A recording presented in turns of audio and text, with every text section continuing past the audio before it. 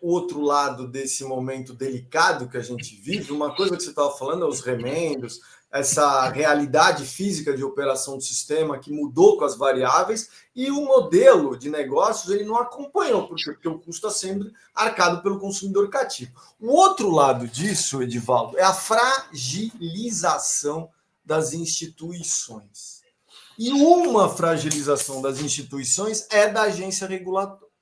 Como é que você enxerga esse processo? Você que ficou 13 anos na ANEEL, 5 anos como superintendente, você foi interventor do MAI lá, você estava no mercado atacadista de energia, se não me falha a memória, quando você era diretor, você foi interventor de uma das distribuidoras do Grupo Rede, que teve ali um processo difícil lá em 2008, se não falha a memória. Você viveu a medida provisória 579 lá, quando ela foi gestada em setembro de 2012. Como é que você enxerga esse processo de fragilização do regulador e qual que por que ele é importante? Porque você está no setor elétrico desde 1975. Quando eu escuto alguns discursos contra a agência, me falam assim, parece que o cara quer voltar à época do DENAI. Quando, na verdade, era um outro mundo. Tudo bem, a agência reguladora é ruim, mas ela ainda faz uma regulação independente, ela ainda tem o arbítrio sobre a tarifa. O mundo do DENAI é muito diferente. Essa fragilização, Edivaldo, ela veio para ficar? Ela é crescente? Ela te preocupa todos os dias?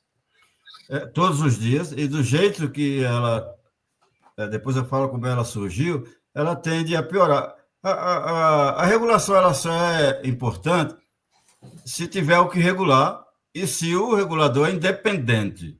Essa palavra independente é importante. Se o regulador não é independente, ele é desnecessário. Você não precisa dele. Como é que, depois eu vejo, como é que todo esse aparato, essa infraestrutura regulatória, ela começou a se deteriorar a ponto de chegar ao que nós temos hoje? Primeiro, tudo começou, por exemplo, que parece lá no racionamento. Depois do racionamento, até o racionamento só existiam 6 associações. 6 associações. Aí, uma das regras do racionamento, do pós-racionamento, está na Lei 10.438, para assinar o Acordo Geral do Setor Elétrico, que repassou naquela época quase 15 bilhões para a conta do consumidor, você vai ter que renunciar de diversas ações na justiça. Você não pode entrar com ação na justiça. Tem que renunciar ao que já existe e não pode entrar com ação na justiça durante tanto tempo, 5 anos, se eu não me engano. Aí os agentes, topou, todo mundo assinou, eu fui o coordenador disso. Rapidamente, eu não vou entrar, mas vou criar alguém para entrar. Aí começou a proliferar as associações para entrar na justiça contra o próprio acordo geral, contra a ANEEL, contra tudo. Daí em diante, 2 anos depois, o que era 5, 6 passou a 14, 15. E o que é pior, as mesmas pessoas que iam nos jornais, nos eventos, temos que fortalecer a ANEEL, eram as mesmas pessoas, quando perdiam uma discussão administrativa na ANEEL, ia no Congresso para obter... Esse negócio de jabuti não começou agora, em 2024, 2025, já vem lá desde 2007. Ia no Congresso, aí criava um jabuti, aí passava por cima da ANEEL, ou ia na Justiça, que também passava por cima da ANEEL.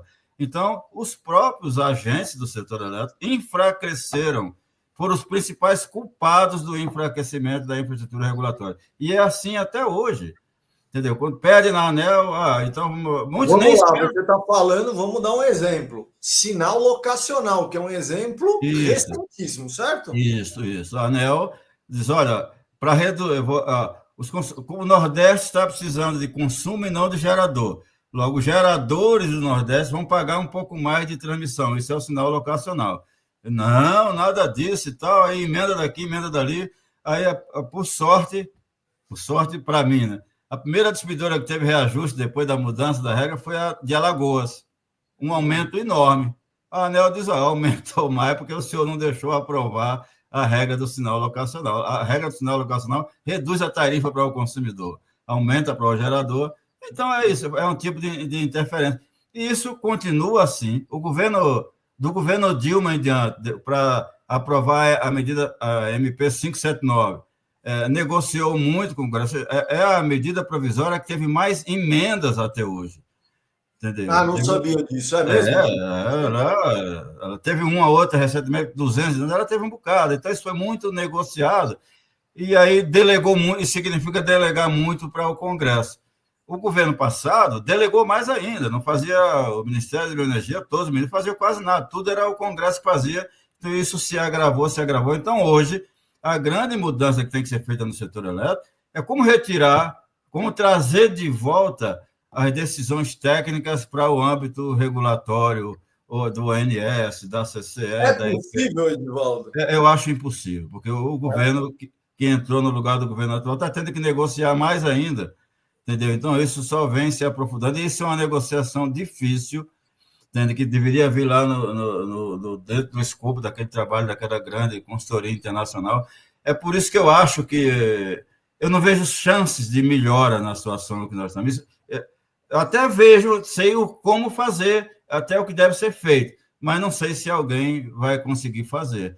Então, por isso que eu acho muito difícil. Tem soluções, mas eu não sei se essas soluções elas são implementáveis aqui no Brasil. Aí, voltando ao regulador. Então, o regulador ele ficou nesse bolo. Então, de uma hora para outra, também não começou isso agora, nem no governo passado, o próprio regulador ele começou a procurar o Congresso, a ANEEL tinha assessor parlamentar para ficar correndo atrás, ou de combater emenda, até de criar uma emenda para cá e para lá, entendeu? Você teve que reagir dessa maneira. Então, um acordo para resolver tudo isso é muito difícil, porque uma associação hoje virou, algumas delas, até muito mais importante do que o regulador, do que muitas empresas. Entendeu? A associação. Tem uma associação aí que ela tem duas ou três associações que elas conduzem, essa é a palavra, conduzem os destinos do setor elétrico, muito mais que a EPE, muito mais que a EPE. O planejador ele virou um carona, ele vai ali de carona, de acordo com o que vai acontecendo com os subsídios, ele vai adaptando a rede. Você entendeu? É uma coisa gravíssima, que resultou aí nos cortes de geração. Por exemplo, o cara vai na justiça, eu li os documentos da justiça, a transmissão está atrasada e tal, por isso que tem restrição. Não tem transmissão atrasada. A transmissão de agora em diante ela vai ser sempre defasada, porque as instalações de geração ficam prontas em 6 meses, no máximo um ano, que é o caso da solar, tem 18 meses no caso da eólica, e a linha de transmissão, até alguém identificar a necessidade, fazer o leilão e construir, demora 4 anos. Então, esse é o normal, o novo normal é esse, então não se pode falar em atraso. Então, o cara que entra nesse jogo, ele sabe que tem essa defasagem, é com essa defasagem que ele vai conviver. No caso dos cortes de geração, é uma coisa importantíssima, que até não entendi porque a ANEEL não usou mais isso na justiça, mas terça-feira passada, eu já falei sobre isso no jornal, a ANEEL fez, acho que, 3ª ou 4ª etapa da consulta pública 45 de 2019. Consulta pública 45 de 2019. Sabe qual é o objeto dessa consulta pública? Os cortes de geração. A ANEEL, em 2019, já dizia, olha, vai ter uma super oferta de capacidade, especialmente no Nordeste, e nós temos que saber como tratar isso. Portanto, ninguém pode dizer que não sabia que isso ia acontecer. E 6 anos depois, continua não sabendo, é isso? Dizendo que não sabe, né? Entendeu? Então, isso é complicado. Ou seja, o que o Edivaldo está falando é como essa mudança dos últimos 20 anos, ela repercute em vários pontos. Antes, quando você tinha um sistema hidrotérmico, uma hidrelétrica demorava entre 5 a 8 anos para ficar pronta. Então, o sistema de transmissão, ele acompanhava essa expansão. Hoje, como o Edivaldo disse, a solar e a eólica entram em menos de 18 meses, enquanto uma linha, às vezes, demora 6, 7 anos para entrar. Então, esse risco de mercado, ele interfere no curtailment, é isso, Edivaldo? Por isso que o curtailment é o risco do negócio, certo?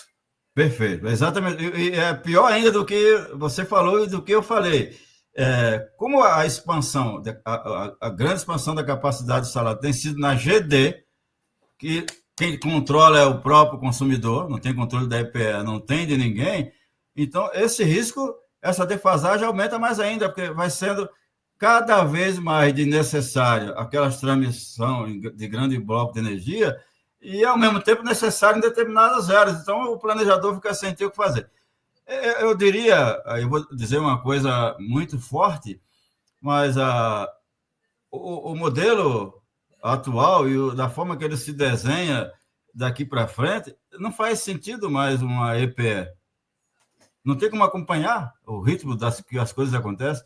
Entendeu? As decisões, o planejamento ele deve ser determinativo e não optativo, mas o planejamento determinativo deve ser o do ONS, porque ele sabe o que está acontecendo com o sistema. Então, se ele tem aquilo que tem que fazer de imediato, ele tem que ser determinativo e é o ONS que tem que determinar. Então, não tem como alguém dizer, olha, vamos fazer, vai ser tanto, a matriz elétrica em 2045 vai ser tanto de solar, fazer para errar, né?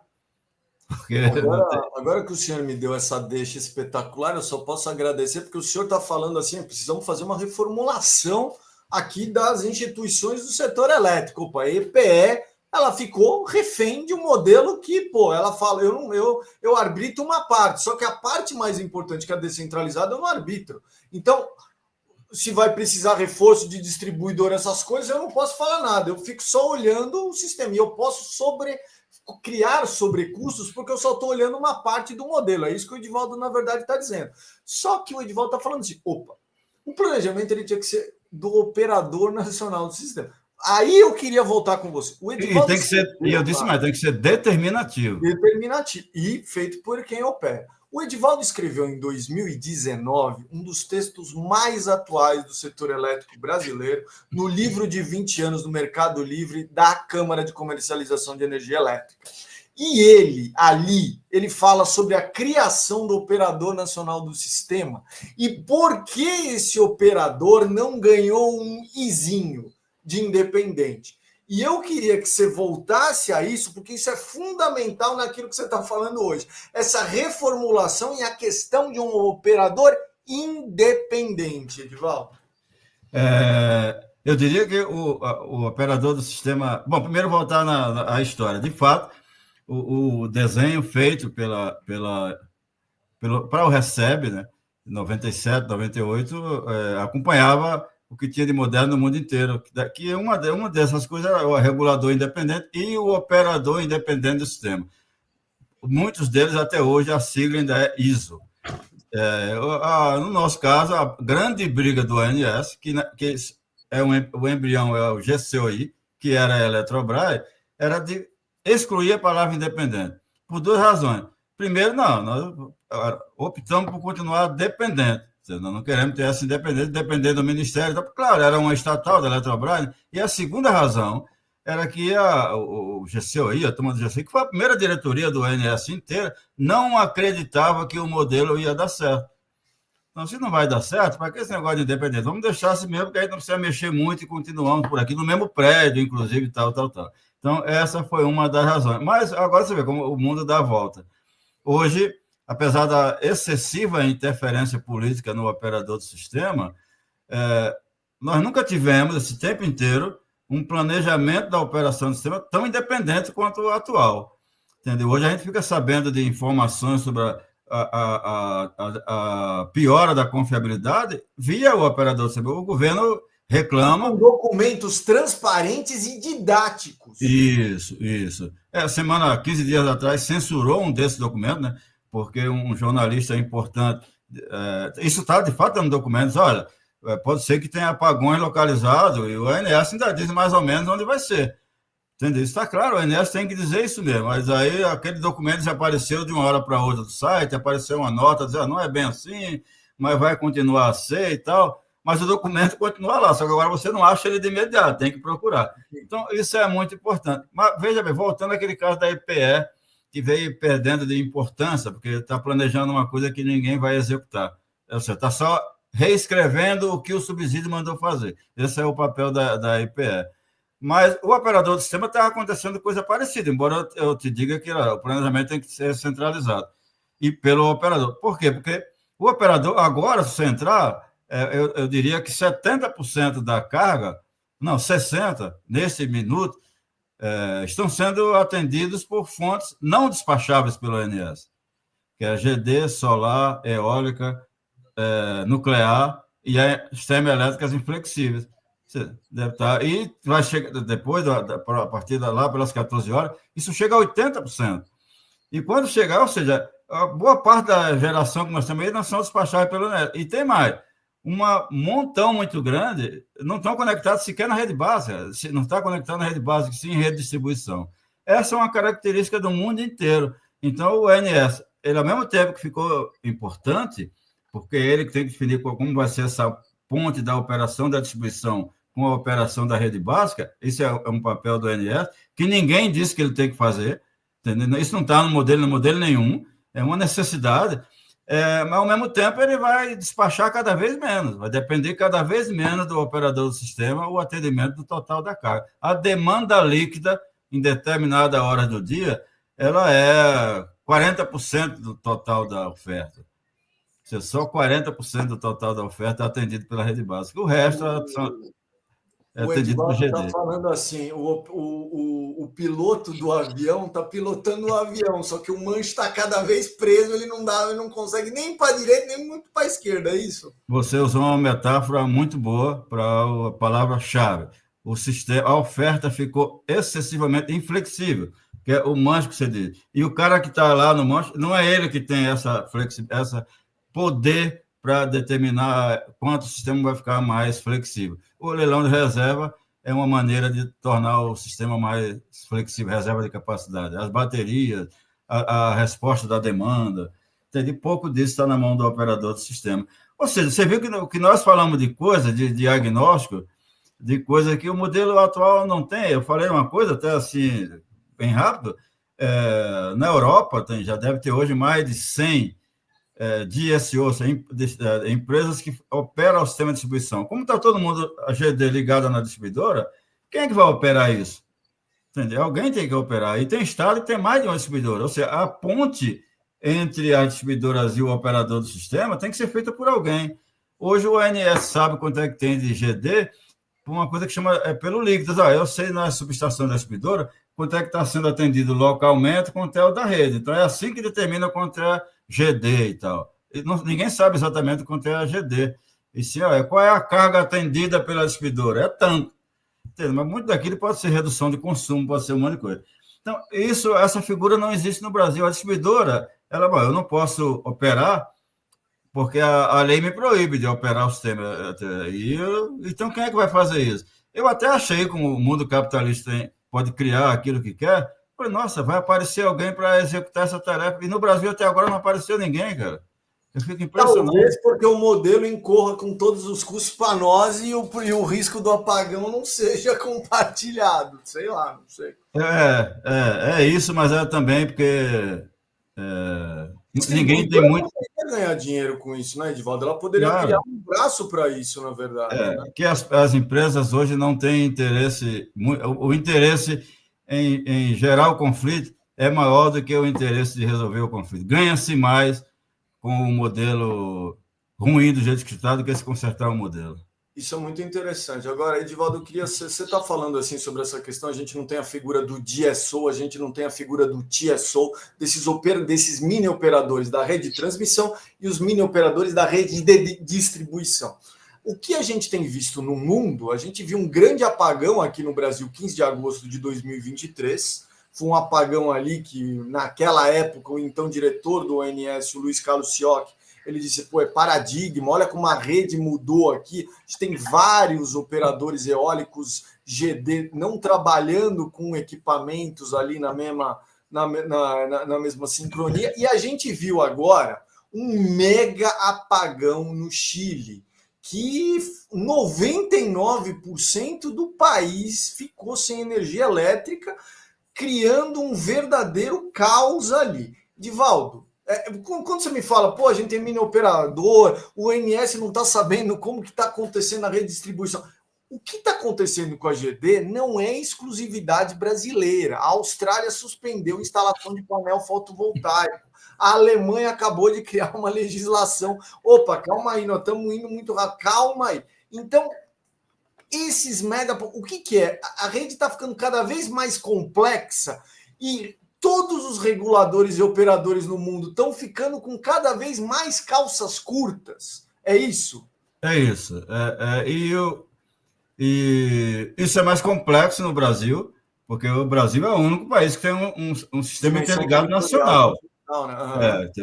Todo mundo tem, mas o nosso o problema é muito mais complexo. É igual ao Chile, né? Se acontecer alguma coisa aqui, derruba todo mundo. É isso mesmo, entendeu? A coisa tem ficado cada vez mais complexa. A Austrália é muito transparente. Foi o primeiro lugar. A Austrália, nos últimos 3 anos, já teve intervenção no operador de mercado. Diz, olha, agora é o governo, é o ministério que vai fazer, porque não está dando certo por causa disso aqui. Agora, diz, olha, não, proibiu a instalação de painéis fotovoltaicos. E a razão é simples. O que está naquele relatório do INS. Por isso, os possíveis apagões localizados. Esse é o motivo lá da Austrália. Diz, olha, a inversão de fluxo, dependendo a inversão de fluxo é por causa da GD. Dependendo de onde aconteça, isso pode provocar apagão, entende? Localizado ali.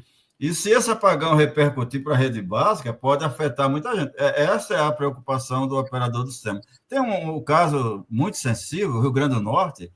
O Rio Grande do Norte, a carga total não chega a 1.000 megawatts, e lá tem quase 12 mil megawatts de eólica e solar instalado no Rio Grande do Norte. Ou seja, já imagina o trabalho do operador do sistema de operar uma mesma rede no mesmo estado, que tem uma demanda de 1.000 e a oferta é muito maior do que isso.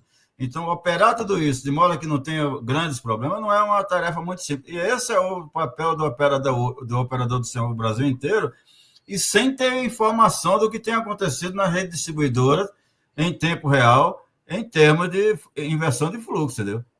Isso é muito complicado. Eu, no lugar do operador do sistema, em termos de, olha, o corte de geração por causa de confiabilidade, eu faria igual a ele, senão a culpa seria minha. Entendeu?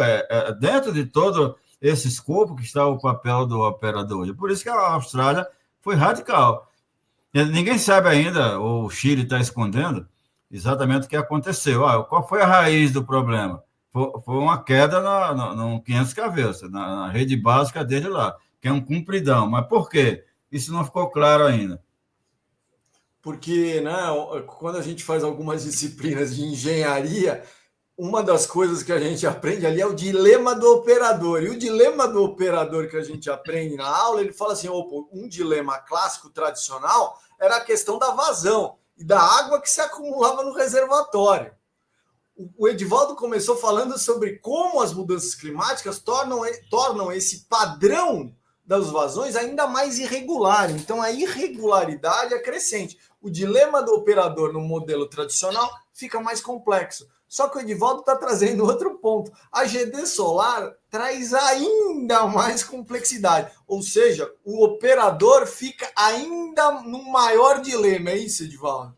É isso. Nós preparamos um sistema, um modelo, a raiz do modelo, a forma de compra de energia, o desenho do operador do sistema de operação do mercado, é para um modelo centralizado, em que a expansão seria determinada pelo governo, via leilões.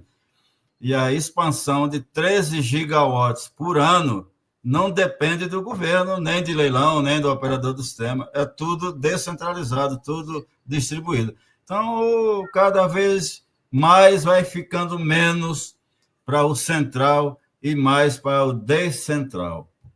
Você está com medo, Edivaldo, dos projetos de lei no Congresso que querem estender os subsídios para a GD Solar?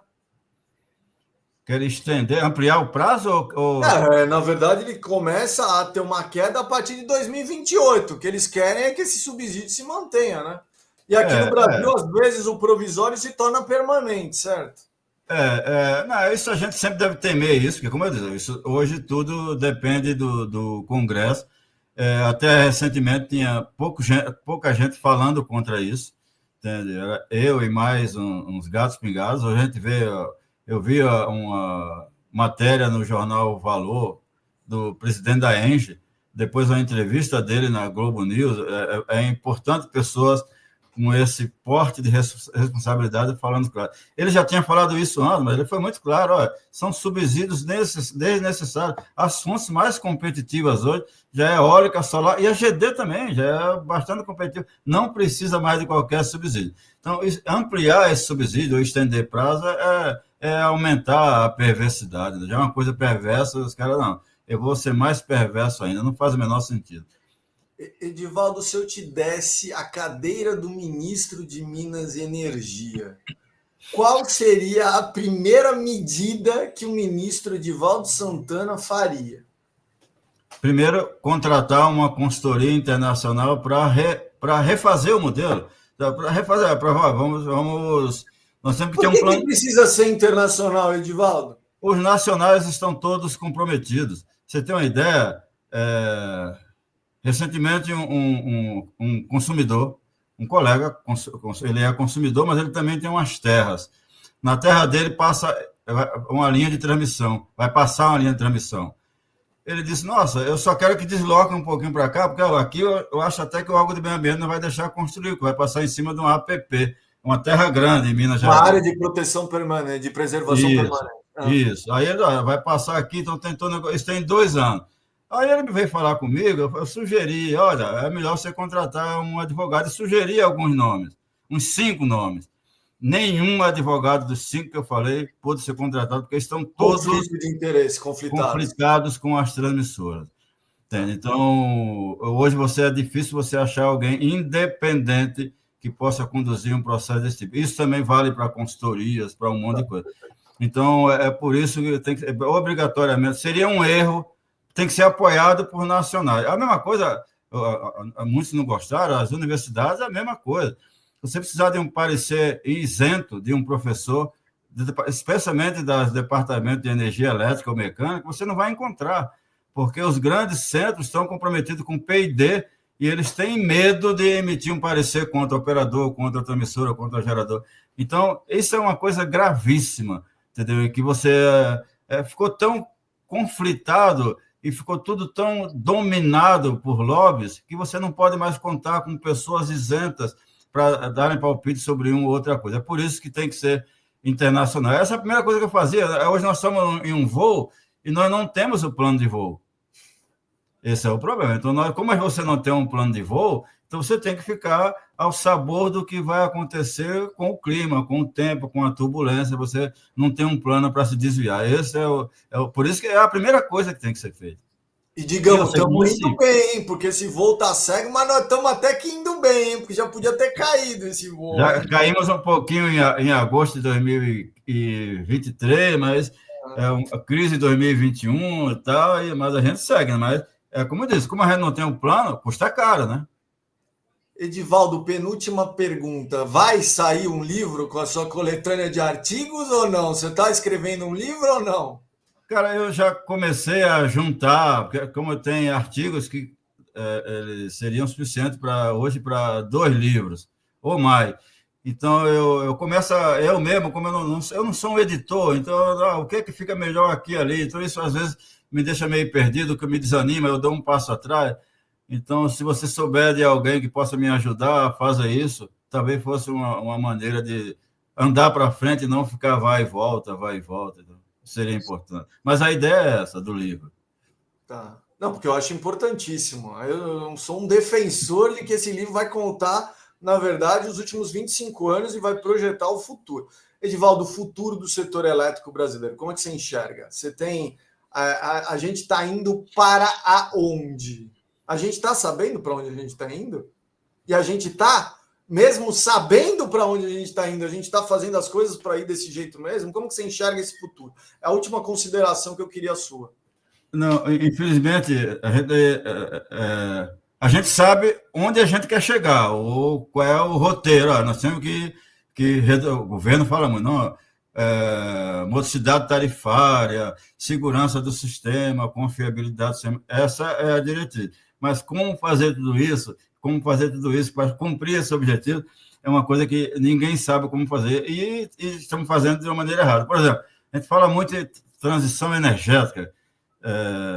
Para mim seria melhor transição elétrica. Mas, ao mesmo tempo, como eu lhe disse, olha, é uma transição, primeiro, que não reduz a emissão de CO2, porque a gente, pelo contrário, se for olhar, para falar transição, para mim é uma coisa que tem que olhar no tempo. Se for olhar de 2000 para cá, primeiro a gente sujou a matriz, que era tudo hidrelétrica.